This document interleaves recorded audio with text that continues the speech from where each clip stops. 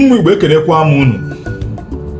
O nwere ife na-afụ na efegharị na Facebook recently gbasara nwanne ya nwoke a na-akpọ Ebonyi Son, onye Ebonyi steeti, ya na Waga G, onye Anambra steeti. Ebonyi Son nwere vidio mere mbọsị a wee na-complain because of the way people see discriminate ndị Ebonyi steeti. Wee na-asị na ọ dịrọ mma that na mma Igbo na anyị bụ ofu na ekwesị ka anyị na-echu onwe anyị love. So wee mechaa ya bụ vidio a kwugasị ihe n'okwu na ya bụ vidio. After we mechara ya vidio, the thing wee na-trend. Waga G wepụta mebe vidio si call Ebonyi Son to order that na Ebonyi Son na-achọ ka o bute nkewa na ala Igbo a. Ọ na-achọ ka o bute disunity and a lot of hatred among ndị Ebonyi na ndị Anambra steeti. So after nkechara ya vidio a, the thing wee chọka ọgba m anya because ọ jọgburu onwe ya si gbuo nke akwụ that na in this 21st century na anyị nwa bụ ụmụ Igbo a na-erate as the most civilized tribe enwe na Nigeria today. Can I find it very, very difficult to love and unite ourselves in this 21st century? Or when I can ekwu discrimination among us. All the so bad. All the very bad that now this time of the world with the kind of hatred other tribe when ebe ndị Igbo nọ. Na anyị abụ ụmụ Igbo can I find it quite difficult to unite and accommodate ourselves as one. Ụmụ ajụjụ nchọrọ ịjụ tata. Ọ bụrụ na ndị Awụsa na ndị ọcha ma ndị Fulani abịara bute nkewa wee kewebe steeti na Igbo anya karị dị na-akụ dịka anyị karị dị na-akọ na onye abụ onye Ebonyi, ma onye abụ onye Anambra, ma onye nke abụ onye Enugu steeti, ma onye nke abụ onye Abịa, ma onye abụ onye Imo. Akarị dị na-enwu dịka akụkọ na Igbo anya today. Ma ọ bụ na ọ bụrụ na Abịa kewa na Igbo kewebe steeti nwebe steeti ka e gosiri na anyị nwazi bụ ndị ya bụ nkewa steeti kacha wee ma affect among the whole tribe enwe na Nigeria.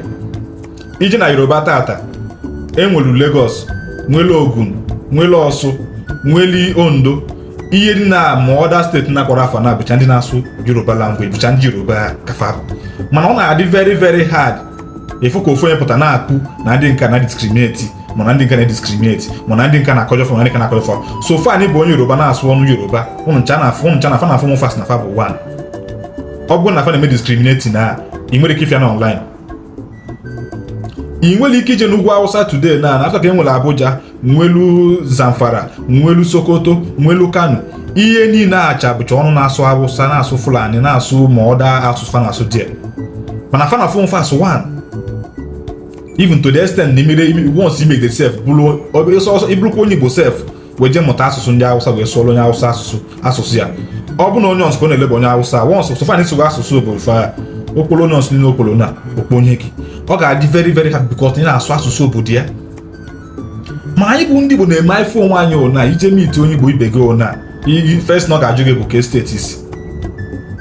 And ọchịcha ga-ese steeti isi a watch aka ifu dị oge si were react ba.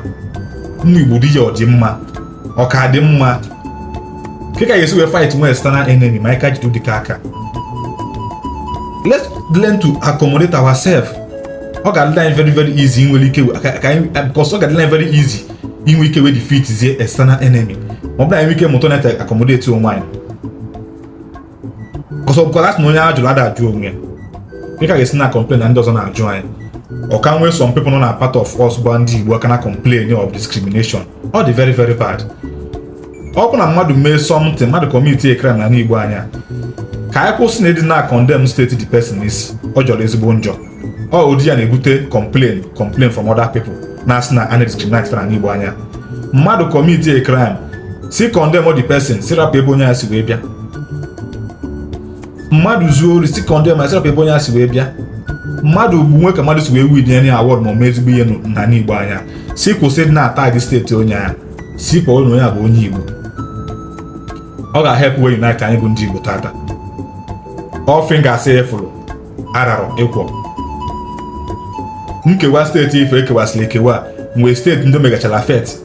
Yes, onwe some steeti ka na-achọ ka fa build onwe fa up, ka fa upgrade onwe fa. Which is na ọ bụ na ekewarogo today na onwe ka ọ bụla anyị nchakarị nọ na anyị ncha bụ ndị Igbo. Akarị dị na-enwe ya na asị ya bụ steeti nka mana nka si steeti nka. Akarị dị na-enwe ya na asị na ndị nka dị poor mana ndị nka dị rich. Akarị dị na-enwe dịka akụkọ a.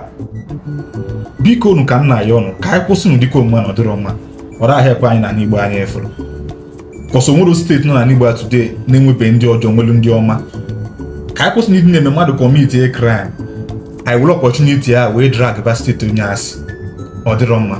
And biko ọ na-enweta vidio chiekwa ndị vidio to our parents because so many of them na-eme nke na mmadụ ga na mmadụ ya afụ onye Igbo na onye Igbo ibia a na-eme oyi olute n'okwu okwu anụzi anụ ijeze ka ije fụ ndị bewe digel chọrọ ịnụ elu odi asị onye aka steeti osi from there onye asị gị na mmemme amantakwana steeti amantakwana esi na steeti ya ọ bụrụ steeti ka a na-echeki na na-echeki bụ personality of the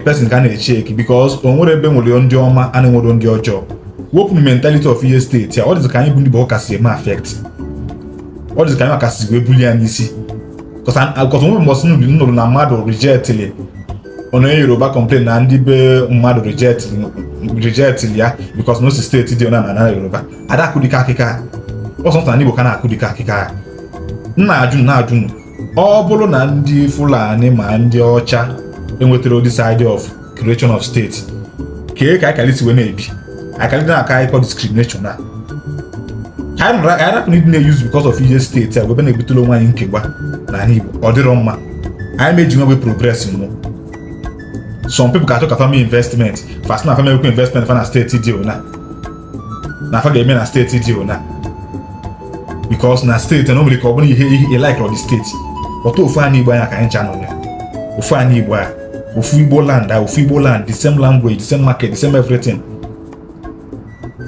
Biko, let's work on ourselves. Ọ dị oke mkpa. Daalụkwanụ.